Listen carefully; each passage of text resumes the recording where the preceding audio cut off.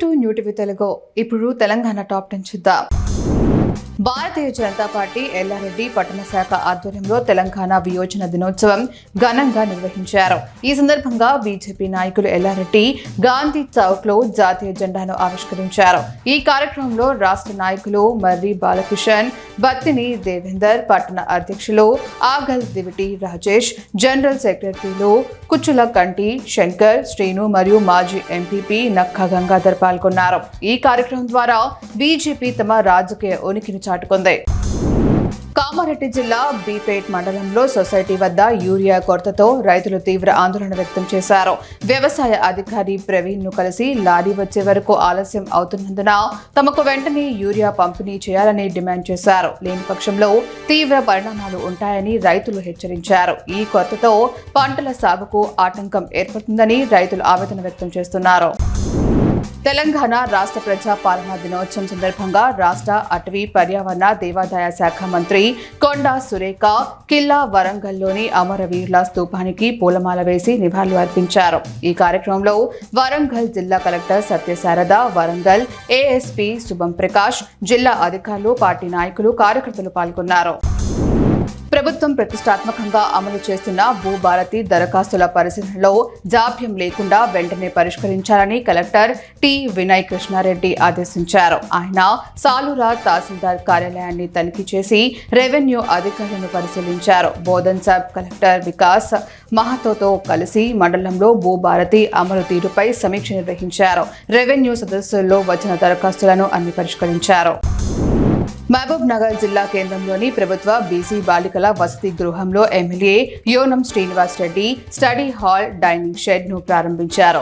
విద్యార్థుల బంగారు భవిష్యత్తు కోసం ప్రభుత్వం అవసరమైనన్ని నిధులు కేటాయిస్తుందని, విద్యకు అధిక ప్రాధాన్యత ఇస్తుందని ఆయన అన్నారు. ఈ కార్యక్రమంలో బీసీ వెల్ఫేర్ అధికారి, సీనియర్ నాయకులు వినోద్ కుమార్, ఈఈ, ఉపాధ్యాయులు తదితరులు పాల్గొన్నారు.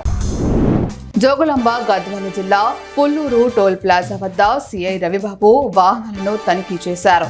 వాహనదారులు తప్పనిసరిగా అనుమతి పత్రాలు కలిగి ఉండాలని, ద్విచక్ర వాహనదారులు డ్రైవింగ్ లైసెన్స్, హెల్మెట్ ధరించి ప్రయాణించాలని సూచించారు. ట్రాఫిక్ నిబంధనలు పాటించని వారిపై ట్రిబుల్ రైడింగ్, సిగ్నల్ జంప్ చేసే వారిపై కఠిన చర్యలు తీసుకుంటామని హెచ్చరించారు. ఈ తనిఖీలో ఉండవల్లి ఎస్ఐ శేఖర్, పోలీస్ సిబ్బంది పాల్గొన్నారు. ప్రియదర్శిని జూలారా ప్రాజెక్టుకు భారీగా వరద ప్రవాహం కొనసాగుతోంది. ప్రాజెక్టులోని ప్రస్తుతం 1,24,000 క్యూసెక్ల వరద వస్తుందని ప్రాజెక్టు అధికారి వెంకటేష్ తెలిపారు. దీనితో ప్రాజెక్టులోని 15 గేట్లను ఎత్తి దిగువకు 1,21,058 క్యూసెక్ల నీటిని విడుదల చేస్తున్నారు. ప్రాజెక్టు పూర్తిస్థాయి నీటి మట్టం 318 అడుగులు కాగా ప్రస్తుతం 317 అడుగుల నీరు నిల్వ ఉంది. నిర్మల్ మున్సిపల్ కార్మికులు తమ పెండింగ్ వేతనాల కోసం చేస్తున్న ఆందోళన 3వ రోజుకు చేరుకుంది. ఈ ఆందోళన కారణంగా పట్టణమంతా చెత్త చెదారంతో నిండిపోయి దుర్గంధభరితంగా మారింది.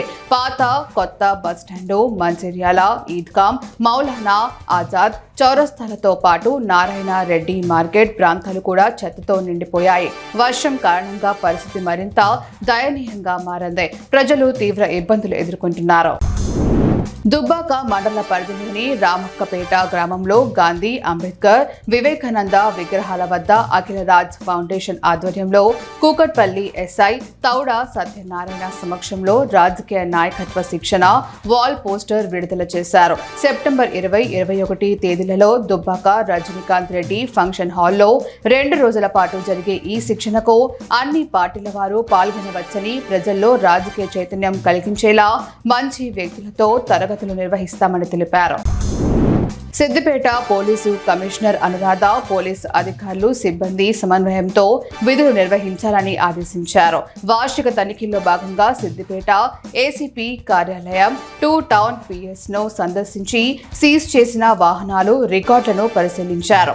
నూతనంగా మహిళా పోలీసు సిబ్బంది నిర్వహించే బ్లూ కోల్స్ నిధులను జెండా ఊపి ప్రారంభించారు. ఫిర్యాదుదారులతో మర్యాదగా మాట్లాడి సమస్యలను త్వరగా పరిష్కరించాలని సూచించారు.